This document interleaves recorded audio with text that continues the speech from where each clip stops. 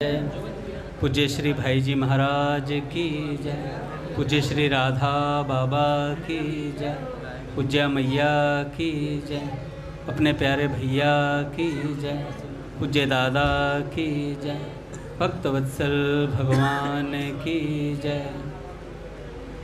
हरि बोल। बड़े सौभाग्य का क्षण है कि आज भी हमें सत्संग और कीर्तन का परम लाभ प्राप्त हो रहा है। बड़ा सुंदर अभी बाबूजी का पद था, पर थोड़ा सा राग बिगड़ गया। कोई बात नहीं, बना दो बुद्धिहीन भगवान। थोड़ी देर के लिए तो मुझे लगा बुद्धिहीन हो गया हूँ, लेकिन चलो जैसे भी हैं, बाबूजी के पद हैं। बुद्धिहीन होना बड़ा मुश्किल है, बुद्धिहीन होना बड़ा मुश्किल है, क्योंकि निर्मल मन जन सो मोहे पावा, मोहे कपट छल छिद्र न भावा। तो निर्मल मन होना बड़ा मुश्किल है इस संसार में, बड़ा कठिन हो गया है। चालाकी आ जाती है। वो स्वामी जी महाराज कहते हैं चतुर होना है तो भगवान का नाम लेने में होना चाहिए, और चतुर होना है तो सत्संग में होना चाहिए, भगवान के स्मरण में चतुरता दिखानी चाहिए। हम चतुरता दिखाते हैं सत्संग से भी अपना लाभ कैसे ले लें, हैं? हम भगवान से भी लाभ चाहते हैं। कल देखा था ना, गोपांगनाओं ने क्या कहा यशोदा मैया से, मेरे से गलती हो गई, मैं आपका नौलखा हार ले गई। मुझे नहीं पता था कि श्याम सुंदर को गोद में लेने का सुख जो है उस हार से भी ज़्यादा है।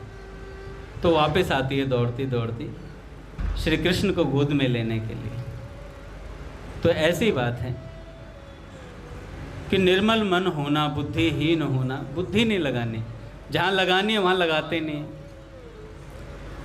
और जहाँ दैन्यता चाहिए थी, जहाँ सरलता चाहिए थी, वहाँ बुद्धि लगा दी।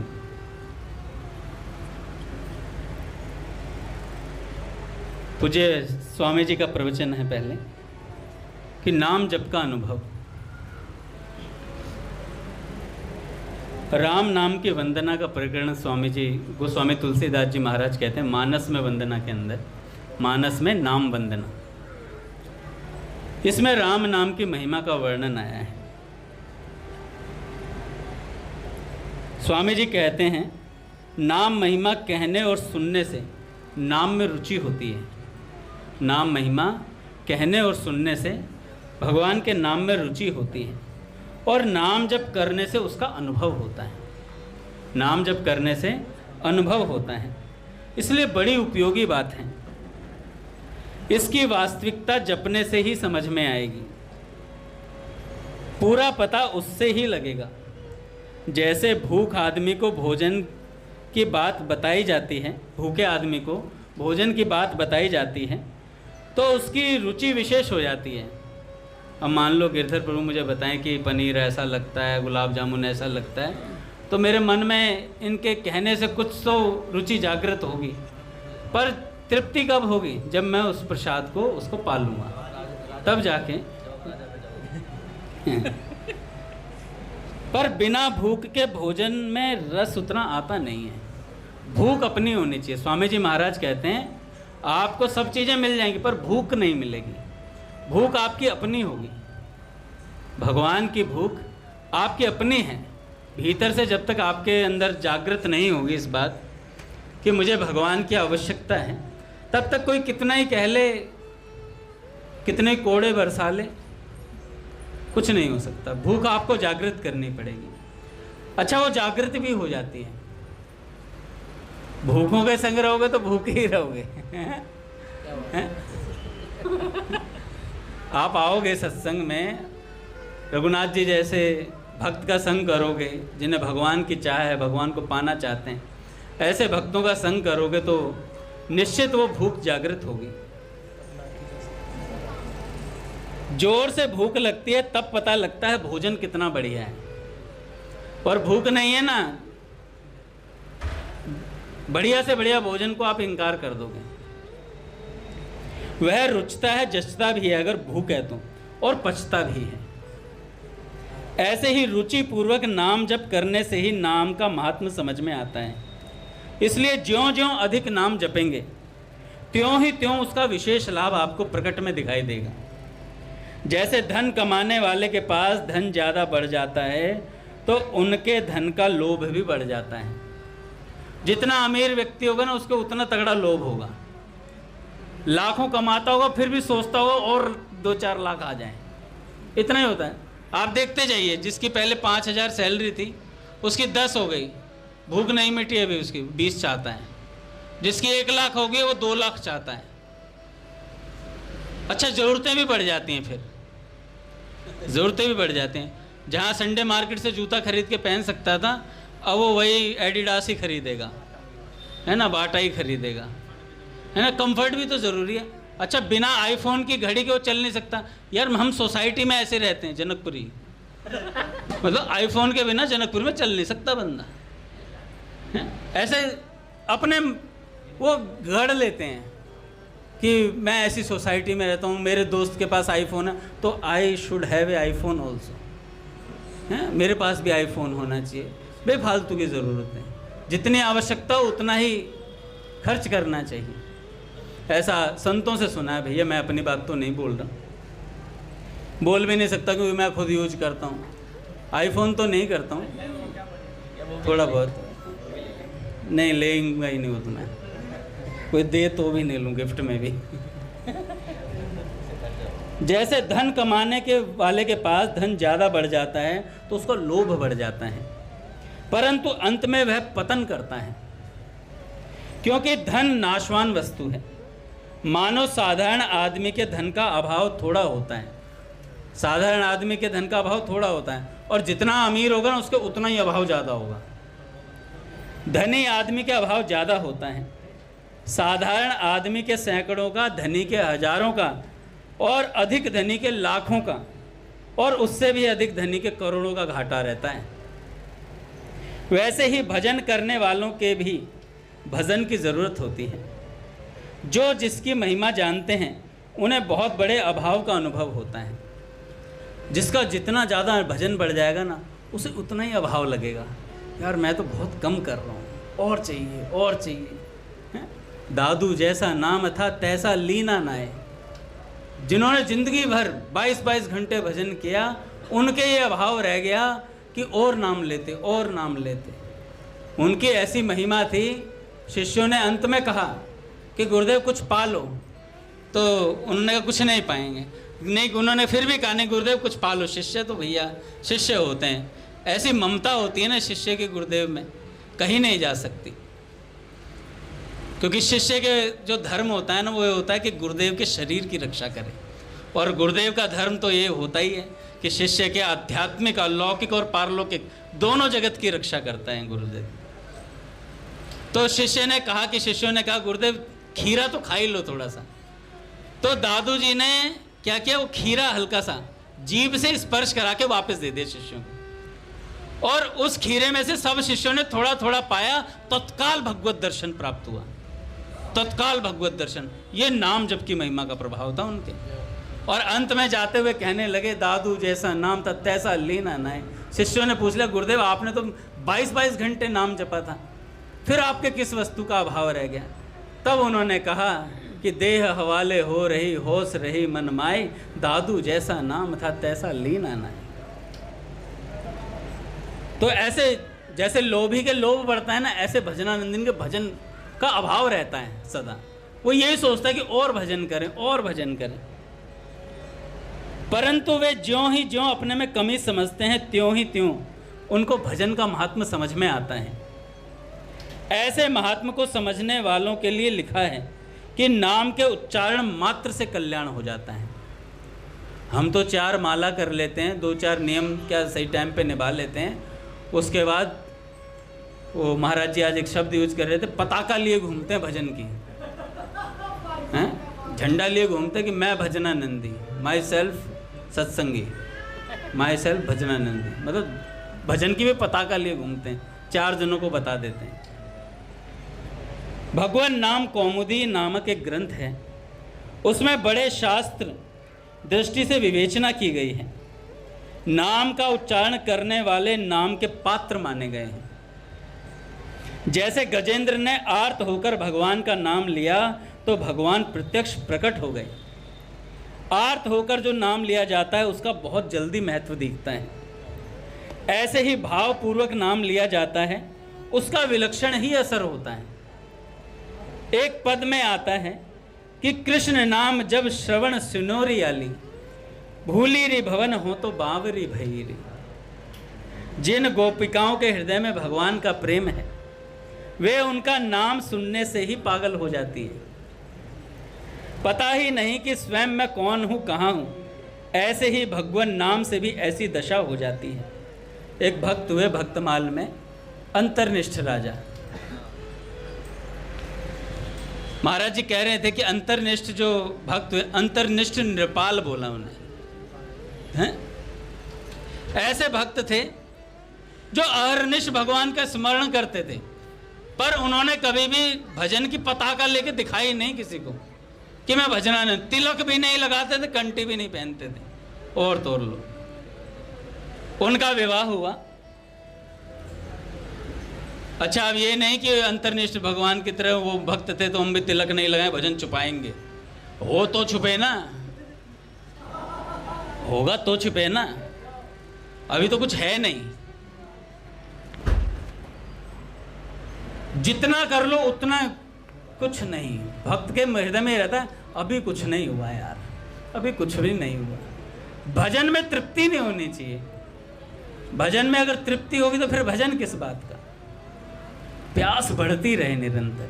संत कहते हैं प्यास बढ़ती रहनी चाहिए। और प्यास कैसे बढ़ेगी? संतों के पावन चरित्रों को सुनने से प्यास बढ़ेगी। अंतर्निष्ठ नृपाल जो थे अपना भजन करते, राज कार्य वगैरह सब देखते। उनकी पत्नी जो थी वो बड़ी भक्ता थी। महाराज जी कहते हैं अक्सर पत्नियों को ये मलाल रहता है कि हमारे पतिदेव भजनानंदी नहीं है। तो महाराज जी कह रहे थे कि इसकी जांच परख की पड़ताल आपको दी नहीं गई है, इसलिए आप स्वयं भजन करें। दूसरा भजन कर रहा है नहीं कर रहा है उस पर ध्यान न दें। तो उनकी पत्नी ने, मन में ये मलाल था कि मेरे पतिदेव भजन नहीं करते हैं, बार बार उसके मन में ये चिंता बनी रहती थी। तो एक दिन क्या हुआ, रात्रि का समय था। रात्रि के समय में जो राजा था उसने स्वप्न देखा। स्वप्न में क्या देखा? रास का दृश्य दिखाई दिया और रास के मध्य में राजा ने स्वयं को अपने गोपी स्वरूप में पाया। और गोपी स्वरूप में पाया तो रास के मध्य से श्री कृष्ण अप्रकट हुए। और जैसे ही अप्रकट हुए तो तुरंत के तुरंत उस गोपी के मुख से निकला, हा नाथ रमण पृष्ठ क्वासी क्वासी महाभुजा। कहाँ हो नाथ आप, हा बिहारी जू। ऐसा कह के राजा के नेत्रों से पूरे शरीर में अष्ट सात्विक भाव आ गए और नेत्रों से आंसू बहने लगे। और जैसे ही हा बिहारी जू सुना तो उनकी धर्मपत्नी जाग गई और रानी ने दिया जला करके देखा, उनके पति के शरीर में अष्ट सात्विक भावों का उदय हो रखा था। पत्नी भक्ता तो थी और रस मार्ग से अनभिज्ञ नहीं थी, वो जानती थी कि अष्ट सात्विक भाव क्या होते हैं। तो उन्होंने जैसे ही अपने पतिदेव को देखा तो जान गए कि ये तो उच्च कोटि के भक्त हैं, ऐसे अष्ट सात्विक भाव सहजता से नहीं आ सकते। और उस दिन वो सुबह सुबह उठी और महाराज पूरे महल को सजाना शुरू कर दिया। राजा ने पूछा क्या बात है, आज बड़ी सजावट हो रही है, कुछ बात है क्या?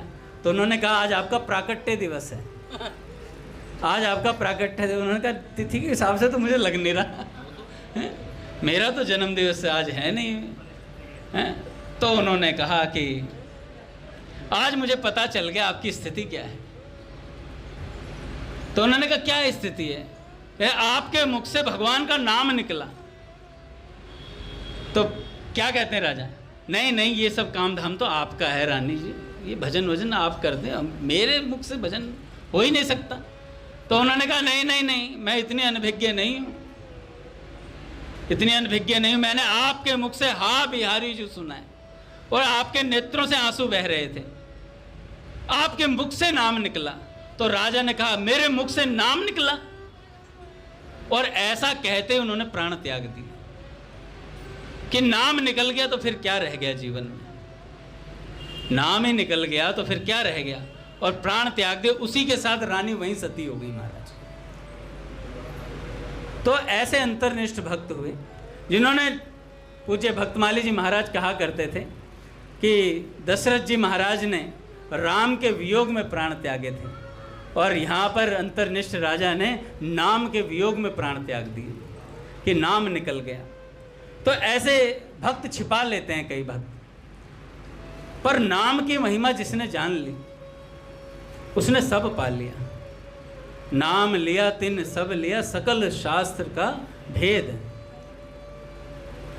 तो उसने सारे भेदों को प्राप्त कर लिया। अपनी पूज्या प्राची दीदी को क्या नहीं मिला, अहरनिश नाम जपना। नाम ही श्याम था, नाम ही भोर थी, नाम ही था सहेली ना कोई और थी। केवल नाम, और उस नाम से प्रभु को पा लिया सहजता से। चलते फिरते उठते बैठते केवल नाम, राम राम राम राम राम राम राम राम राम राम राम राम, निरंतर नाम। बस उसी नाम से महाराज सब कुछ मिल गया।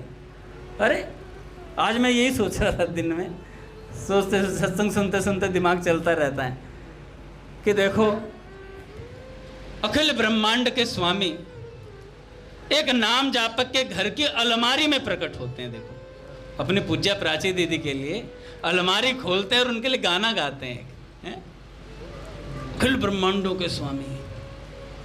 किस लिए, क्या क्या कारण था? उनके नाम से प्रेम था, अहरनिश नाम जपती थी। और क्या क्या नहीं करा महाराज, वक्ता भी खुद बन करके आ गए, अपनी कथा स्वयं सुना रहे हैं पूज्य प्राची दीदी को कि तुम्हें सत्संग का अभाव रहा होगा तो मैं सत्संग की भी पूर्ति कर देता हूँ। सब पूर्ति कर दी, यही कथाएं सुना दी, सब भेद खोल दिए नाम जापक के सामने। और उसके बाद नित्य ब्रजपुर में उनका निवास। हर जीव की ये चाह है कि उनके उस देश में पहुंच जाए जिसके लिए कहा जाता है कैसो ये देश निगोड़ा है। उस देश में पहुंचने का है कि सजनी चलवा पिय के देश, सजनी चलवा पिय के देश, जह नहीं आवन जावन कित हूँ, जह नहीं आवन जावन कित हूँ, पिय संग नित्य मिलाप सजनी, पिय संग नित्य मिलाप सजनी, जहन ग्राम्य चर्चा को डर कछु, जहन ग्राम्य चर्चा को डर कछु, मिले रहे दिन रैन सजनी, मिले रहे दिन रैन सजनी, चलवा पिय के देश सजनी, चलवा पिय के देश, सहज किंचन तन मन सगरे, सहज किंचन तन मन सगरे, भरे रहे पिय नेह सजनी, भरे रहे पिय नेह सजनी, आठों याम ध्यान प्रियतम के, आठों याम धाम प्रियतम के, बरसत रस को मेह सजनी, बरसत रस को मेह सजनी, चलवा पिय के देश सजनी, चलवा पिय के देश।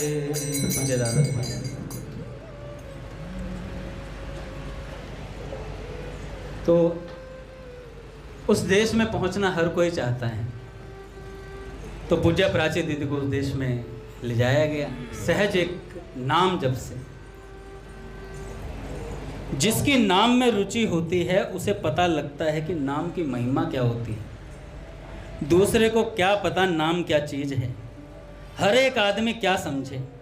नाम में रुचि ज़्यादा होती है जप करने से, भजन करने से और उसमें तल्लीन होने से। संत महात्माओं की वाणी में जो बातें हैं वे विलक्षण बातें स्वयं अनुभव में आने लगती हैं साधक के। संतों ने अलग अलग स्थानों पर अलग अलग अनुभव लिखा है। एक बहन थी, उसने अपने नाम जप की ऐसी बातें बताई जो संतों की वाणी में भी नहीं मिलती। वो बहन कहती थी कि नाम जपते जपते शरीर में ठंडक पहुंचती है, सारे शरीर में ठंडा ठंडा झरना बहता है तथा एक प्रकार के मिठास और आनंद की प्राप्ति होती है। मैंने संतों की वाणी पढ़ी है पर ऐसा वर्णन किसी के मुख से नहीं सुना जैसा इस बहन ने बताया। ऐसे ऐसे अलौकिक चमत्कार संतों महात्माओं ने थोड़े थोड़े ही लिखे हैं। वे कहाँ तक लिखें बेचारे, जो अनुभव होता है वो वर्णन में आता नहीं। वे खुद ही जानते हैं, सो सुख जानई मन अरुकाना, नहीं रसना पे जाए बखाना। वो रसना पे बखाना नहीं जा सकता, वह कहने में आता नहीं। आप इसमें लग जाएं बस, आप नाम जप में लग जाएं बस। भाइयों से बहनों से सबसे मेरी प्रार्थना है कि आप नाम जप में लग जाएं, आप निहाल हो जाएंगे और दुनिया को निहाल कर देंगे। पट खोलेंगे महाराज। श्री राम जय राम, जय जय राम।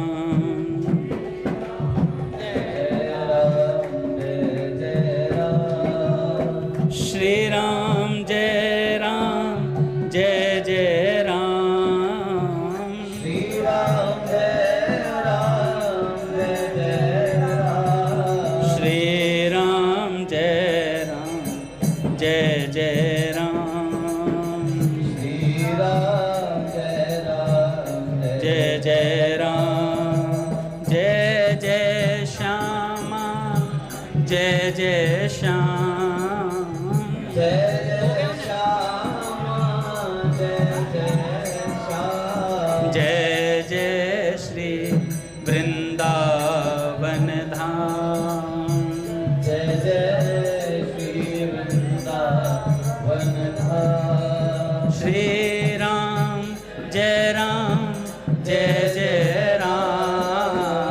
श्री राम जय राम, जय जय राम। श्री राम जय राम, जय जय राम। श्री राम जय राम, जय जय राम। श्री राम जय राम, जय जय राम। श्री राम जय राम, जय जय राम। श्री राम जय राम, जय जय राम। श्री राम जय राम, जय जय राम। श्री राम जय राम, जय जय राम। श्री राम जय राम, जय जय राम। बोलिए राधा माधव सरकार की जय। हरि बोल। थोड़ा थोड़ा आगे हो जाएं, भक्त और आते जा रहे हैं धीरे धीरे। तो भैया स्वामी जी कहते हैं आप निहाल हो जाएंगे नाम जपने से, दुनिया निहाल हो जाएगी, सब लोगों पर असर पड़ेगा। आपका तो क्या कहें, जीवन धन्य हो जाएगा अगर आप नाम जपेंगे तो। भगवान नाम की अपार महिमा है। कल्याण के भूतपूर्व संपादक भाई जी श्री हनुमान प्रसाद जी पोद्दार, उनकी नाम निष्ठा बहुत अच्छी थी। स्वामी जी कहते हैं उनकी नाम निष्ठा बहुत अच्छी थी। कल्याण शुरू नहीं हुआ था, उस समय की बात है। किसी ने कह दिया राम नाम लेने से क्या होता है। भाई जी से किसी ने कहा राम नाम लेने से क्या होता है, तो उन्होंने कहा कल्याण हो जाता है। उसने कहा अर्थ समझे बिना क्या है। राम नाम अंग्रेजी में मेढ़ा और भेड़ा का भी है। तब उन्होंने, भाई जी ने जोश में आकर कह दिया राम नाम से कल्याण होता है। ऐसे जोश में आकर कहने से उन्हें 8 पहर तक समाधि लगी रही। भाई जी को 8 पहर तक समाधि लगी रही। खाना पीना सब बंद हो गया। इस बात से उनकी माँ बड़ी दुखी हुई कि हनुमान के क्या हो गया है, मतलब भाई जी के क्या हो गया है। ऐसे जो भगवान का नाम लेता है उसमें बड़ी विलक्षणता आ जाती है सज्जनों। स्वामी जी कहते हैं उसमें बड़ी विलक्षणता आ जाती है। ये दोनों अक्षर मधुर और मनोहर हैं। कौन से? रा और मा। मधुर कहने का मतलब है कि रसना में रस मिलता है, और मनोहर कहने का तात्पर्य है कि मन को अपनी ओर खींचता है। जिन्होंने राम नाम का जप किया है उनको इसका पता लगता है, और आदमी क्या जाने, जिसने जप किया वही जान सकता है, और आदमी क्या जाने। विलक्षण बात यह है कि राम राम करते करते मुख में मिठास पैदा होती है। जैसे बढ़िया दूध हो और उसमें मिश्री पीसकर मिला दी जाए तो वह कैसा मीठा होता है, उससे भी ज़्यादा मिठास इसमें आने लगता है। राम नाम में लग जाते हैं तो फिर इसमें अद्भुत रस आता है। बरन बिलोचन जन जिए जो, ये दोनों अक्षर वर्णमाला की 2 आंखें हैं, रा और म। नाम जपते हुए बहुत विलक्षण अनुभव होने लगता है। 6 कमलों में एक नाभि कमल है, उसकी पंखड़ियों में भगवान के नाम हैं, वे भी दिखने लग जाते हैं। आँखों से जैसे सब बाहरी ज्ञान होता है, ऐसे नाम जब से बड़े बड़े शास्त्र का ज्ञान हो जाता है। जिन संतों ने पढ़ाई नहीं की, शास्त्र नहीं पढ़े, वेद नहीं पढ़े, उनकी वाणी में भी वेदों की ऋचाएँ आती हैं जो नाम जप करते हैं। वेदों में जैसा लिखा है वैसी बातें उनकी साखियों में मिलेंगी आपको, वाणियों में आती हैं। वेदों का ज्ञान उनको कैसे हो गया? कुछ पढ़े लिखे नहीं है, पूरा जीवन राम नाम जपा है। जब वाणी बोलते हैं तो वेदों के मंत्रों को ही बोलते हैं, उन्हीं का अर्थ उनके मुख से निकलता है। ये राम नाम का प्रभाव है। राम नाम महाराज सब अक्षरों की आंख है, आंखों से दिखने लग जाता है और विचित्र बातें दिखने लग जाती हैं। श्री रामदास जी और श्री लालदास जी महाराज दोनों की मित्रता थी।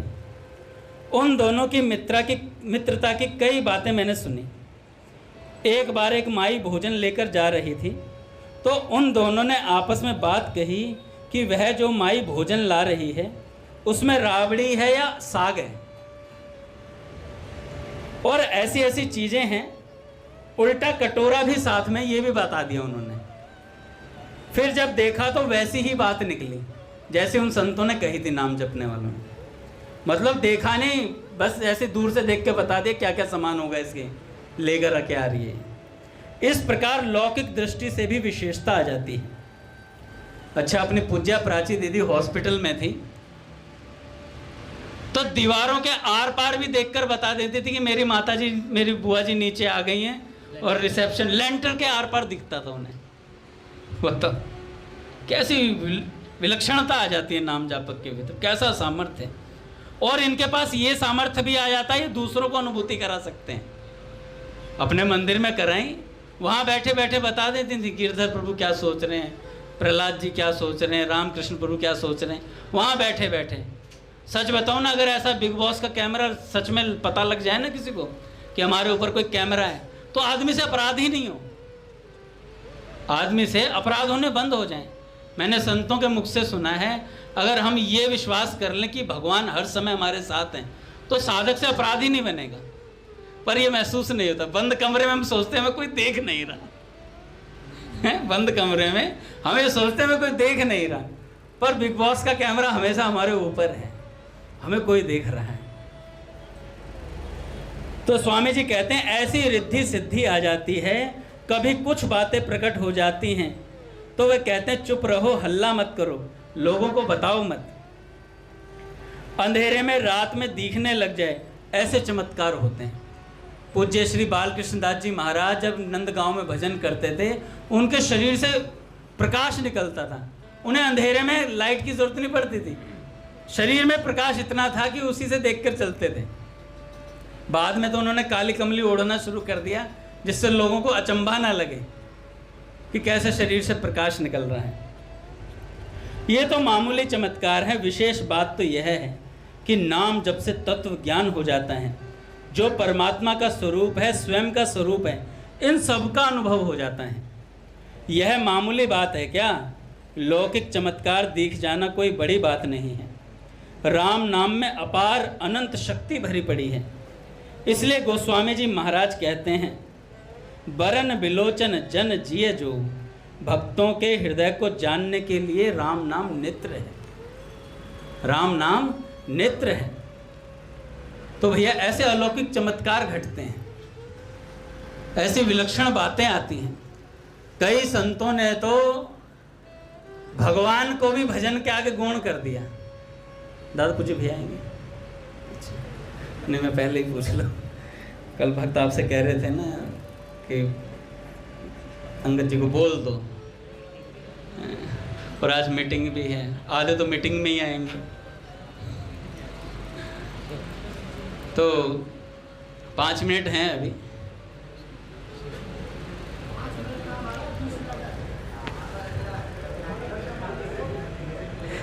ये आधा घंटा वो बोल रहे हैं।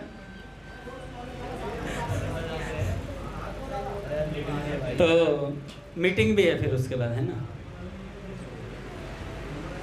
तो चलो चर्चा करते हैं थोड़ी सी, और फिर उसके बाद क्या बता रहा था ना, कई संतों ने तो भजन को प्रमुख रखा, भगवान को गौण रखा। अपने भक्तमाल में आते हैं सनातन गोस्वामी जी, आदित्य टीला पर रहकर भजन करते थे, और जब भजन करते तो उनको एक माई ने, ब्रजवासिनी ने अपने ठाकुर जी दे दिए, जिनको हम मदन मोहन जी कहते हैं। अपने ठाकुर जी दिए, तो ठाकुर जी को जब दिया तो अब ठाकुर जी को भोग लगाते। बेचारे सनातन गोस्वामी तो भैया महीने भर में मधुकरी करते, इस तरीके का उनका नियम था। जो रोटी लाते उसको जमुना जी के रज में गाड़ देते, फिर उसके बाद उसे निकालते तो जमुना जी के जल में भिगो के पाते थे, ऐसा उनका नियम था। अब वो रोटी खिलाते, भोग लगाते ठाकुर जी को। कुछ दिन तो ठाकुर जी ने पाई, उसके बाद कहने लगे यार इसमें ना थोड़ा सा नमक आ जाए तो स्वाद सा आ जाए, ये फीकी फीकी अच्छी नहीं लगती। तो उन्होंने कहा कि ठीक है, नमक की तो कोई बड़ी बात नहीं थी। उन्होंने कहा ठीक है, हो सकता है ठाकुर जी हैं, थोड़ा नमक चल जाएगा। तो नमक लेने गए, मधुकरी में आज नमक ले आए। थोड़े दिन नमक से चली बात, तो फिर एक दिन ठाकुर जी कहने लगे, गुरुजी थोड़ा सा इसमें ना, मतलब ये ना गले से उतर नहीं रही है, सूखी सूखी रहती हैं, तो इसमें थोड़ा घी आ जाए ना, और थोड़ी सुगंध आ जाएगी घी की, तो ये तरावट हो जाएगी गले की। तो सनातन गोस्वामी जी एकदम सतर्क हो गए, तुरंत सतर्क हो गए। कहने लगे आज घी मांग रहा है, कल सब्जी भी मांगेगा फिर। तो कहने लगे प्रभु बात ऐसी है, ये आपके घी और नमक के चक्कर में मेरा भजन छूट रहा है, तो आप ऐसा करो कोई और व्यवस्था देखो। कह रहे बस मैं यही तो चाहता था, तो ये कह दे और व्यवस्था देखो। जजमान चेताना तो हमें बहुत अच्छे से आता है, जजमान तो हम ढूंढ लेंगे। अब क्या हुआ, लाहौर से एक व्यापारी आ रहा था। पहले सारा व्यापार जो होता है मतलब पानी के जहाज़ों से होता था। तो लाहौर से एक व्यापारी आ रहा था, तो उनके जहाज़ को भगवान ने क्या करा, जमुना जी में उसी जगह फंसा दिया। और जैसे फंसाया तो वो जजमान जी आए, भैया फंस गए, तो फटाफट बालक रूप में बन के गए कि फलाने फलाने महात्मा हैं, तुम्हारे जहाज़ को निकाल सकते हैं। और गए तो उन्होंने बोला भैया हम तो क्या जाने। तो मन ही मन उन्होंने क्या करा, सनातन गोस्वामी जी के जो मदन मोहन जी थे उनसे प्रार्थना कर दी कि जितना इसमें सामान है, पहले तो ठाकुर जी को देखो बड़े मलूक लगे उन्हें, इतने प्यारे ठाकुर जी। मन ही मन में संकल्प आया, इनके लिए कहाँ ये संत महात्मा की कुटिया में पधार रहे हैं, इनके लिए तो बड़ा मंदिर होना चाहिए और इनकी व्यवस्था पूरे 56 भोग लगने चाहिए। तो मन ही मन संकल्प कर दिया अगर मेरी नाव बाहर निकल जाए तो मैं इनके लिए जितना सामान मेरा आगरा में बिकेगा सबका सब लगा के मंदिर बनवा दूंगा। अच्छा उसमें क्या था, सेंधा नमक था, सेंधा नमक था उसके अंदर, नाव के अंदर। तो जैसे ही संकल्प किया, अब संकल्प किया तो ठाकुर जी समझ के इसने संकल्प कर लिया है, अपना काम हो गया। ठाकुर जी ने नाव तुरंत छोड़ दी, ठाकुर जी ने पकड़ रखी थी। अब चमत्कार क्या हुआ, जब वो आगरा पहुंचे तो सेंधा नमक की जगह उसमें कपूर था। उसका दाम बहुत ज़्यादा था कपूर का, शुद्ध कपूर वो भी। तो इतना अच्छे से बिका वो, इतने पैसे आए, उससे मदन मोहन जी का मंदिर बना, ठाकुर जी के भोग की व्यवस्था हुई, सब चीज़ों की व्यवस्था हो गई। तब सनातन गोस्वामी जी ने कहा, प्रभु अब आपकी व्यवस्था हो गई है जयराम जी की, मैं अपनी माला कंठी लेके अपना भजन करना चाहता हूँ। ऐसा कह करके ठाकुर जी को उन्होंने सरका दिया। भजन के आगे, भजन जो बहुत प्रिय होता है, नाम के आगे ठाकुर बिका पड़ा है। एक हमने जनाबाई जी का नाम सुना है, नामदेव जी गुरुदेव थे उनके, और जब भजन करती थी तो क्या हुआ एक बार कि एकादशी का दिन था, एकादशी में पूरी रात कीर्तन होता था और सत्संग होता। जब सत्संग होता, कीर्तन होता, तो एक दिन जनाबाई जी बहुत थक गई। सुबह कपड़े धोने थे, शायद कबीरदास जी थे या नामदेव जी थे, नामदेव जी थे शायद, मेरे को इतना याद आ रहा है। तो थक गई बहुत ज़्यादा, तो कपड़े बहुत ज़्यादा थे, सेवा थी बहुत ज़्यादा, तो अब बहुत परेशान हो रही थी क्योंकि सत्संग भी था, दिन में भी सत्संग होता था। तो उनके मन में आया कि मैं सेवा तो करूं पर मेरा सत्संग ना छूटे, कुछ ऐसी व्यवस्था हो जाए। पूरी रात जगी थी। उसके बाद ये नहीं सोच रही कि मैं दिन में सो लूंगी, ये विचार कर रही हैं कि मैं कपड़े मेरे कैसे धुलेंगे और मैं सत्संग में वापस कैसे पहुंचूं। और ऐसा विचार करते करते भगवान आए, एक बुढ़िया का रूप धारण करके आए और कहने लगे कि बेटी मैं तेरी कुछ मदद करा देती हूँ। भगवान ने सारे कार्य करवाए जनाबाई जी के साथ मिलकर, कपड़े धुलवाए, सब व्यवस्था करी जिससे जनाबाई जी सत्संग में पहुंच जाए। ऐसी निष्ठा थी उनकी, नाम में, कीर्तन में और सत्संग के अंदर, ऐसी प्रचंड निष्ठा। तो महाराज जी बता रहे थे कि जिसकी ऐसी नाम में निष्ठा, जो दिन भर नाम के बारे में सोचता है, दिन भर भगवान के बारे में सोचता है, उसकी रात्रि भी भगवान में होती है, उसकी रात्रि भी भगवान में होती है, उसे स्वप्न भी भगवान का ही आएगा, और कोई स्वप्न नहीं आ सकता। आ रहे कुछ भी, कैमरा तो ऐसे लगा है। अच्छा तो क्या हुआ कि कहाँ बता रहा था मैं, जनाबाई जी का हो गया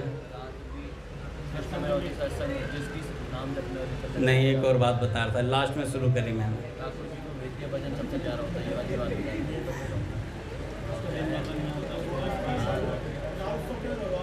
हैं? हाँ, स्वप्न वाला। हाँ, अच्छा, एक साधक से मैंने पूछा, प्लॉट पे बैठे हुए थे, मैंने कहा कि आज कौन सा चरित्र हुआ?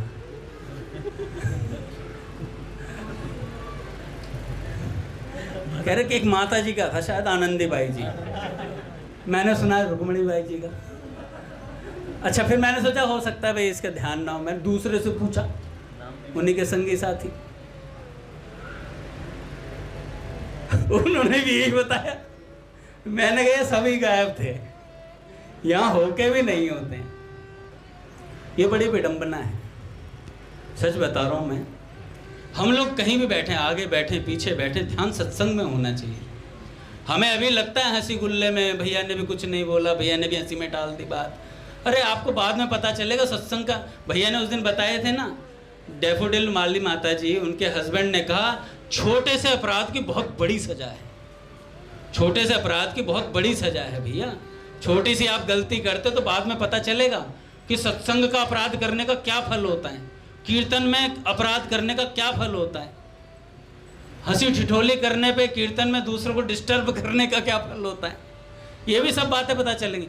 अच्छा, ये सब आपके लिए नहीं, मेरे लिए भी है।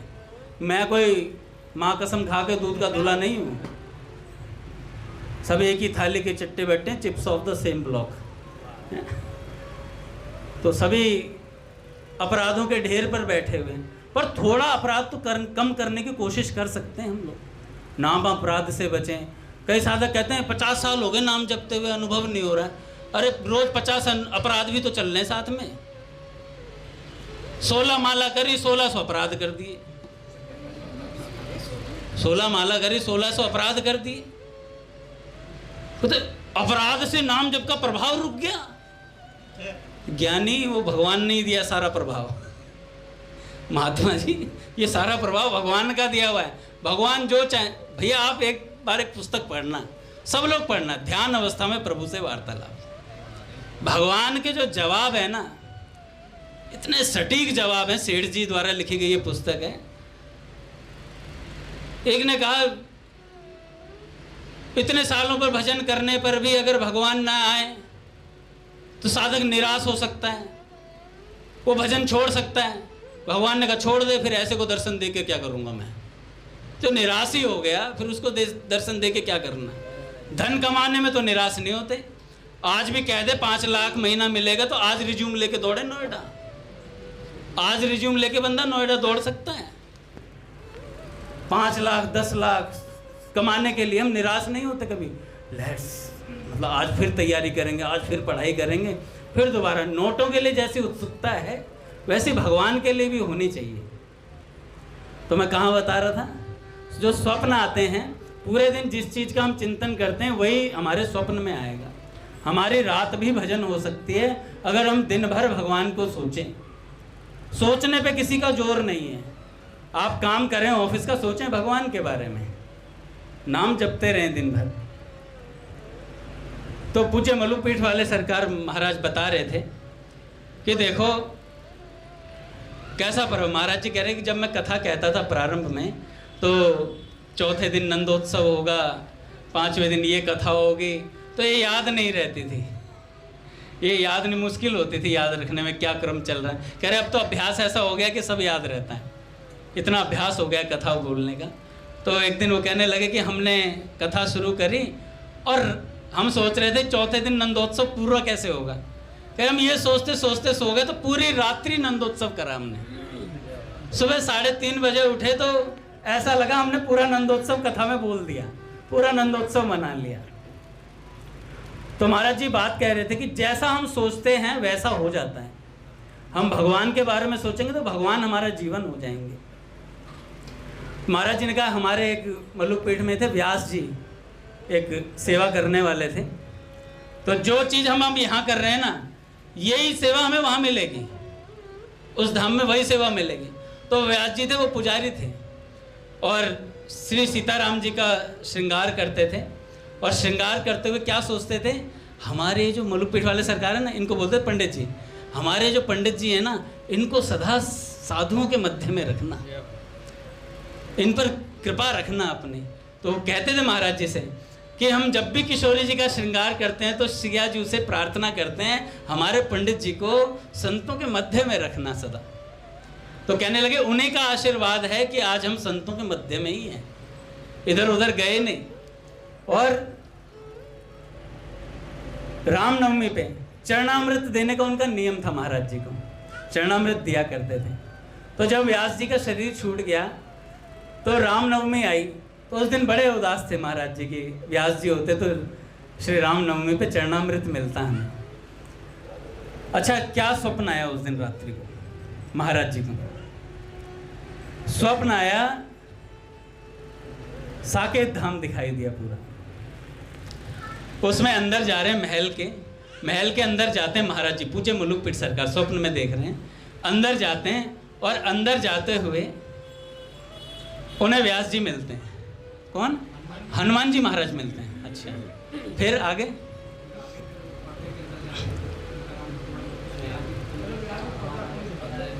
अच्छा, नहीं गड़बड़ हो गई। क्या हुआ? व्यास जी मिलते हैं। व्यास जी पुजारी जो थे ना वो मिलते हैं। तो वो जब मिलते हैं तो व्यास जी कहते हैं, व्यास जी को देखते हैं, अरे आप यहाँ पर? ऐसी बात उन्होंने बोली। तो उन्होंने कहा कि भैया देखो यहाँ पर ही हैं। तो महाराज जी ने कहा कुछ व्यवस्था अंदर अंतरपुर के कुछ दर्शन मिल जाए, सीताराम जी के शयन कक्ष में भीतर कुछ दर्शन मिल जाए। तो उन्होंने कहा मैं हनुमान जी से पूछ के आता हूँ। तब उन्होंने व्यास जी ने हनुमान जी से पूछा। हनुमान जी ने कहा आपके निजी हैं तो भीतर प्रवेश करा देंगे, क्या बात है इसमें। तो जैसे ऐसी बात बोली तो हनुमान जी से पूछकर जब आए तो मलुकपीठ सरकार को उन व्यास जी ने स्वप्न में सीताराम जी के निज कक्ष के भीतर का दर्शन करवाया, निज कक्ष का दर्शन करवाया। तो महाराज जी कह रहे थे, मैं ये बात इसलिए बता रहा हूं, वो व्यास जी पुजारी यहां पर सारी सेवा करते थे, निज श्रृंगार की और अंतरपुर की सेवा थी उनकी, तो वहां भी उन्हें वही सेवा प्राप्त हुई, वहां भी उन्हें वही सेवा प्राप्त हुई। तो ऐसी बात है, जो हम यहाँ सोचते हैं, जो यहाँ मानसिक सेवा देते हैं, या फिर हम जो प्रत्यक्ष में सेवा देते हैं, जैसा हमारा चिंतन रहता है वैसा हमारा वहाँ चिंतन होगा। तो इसलिए ज़्यादा से ज़्यादा भगवत चिंतन करें। बोले भक्त वत्सल भगवान की जय। आरती करते हैं।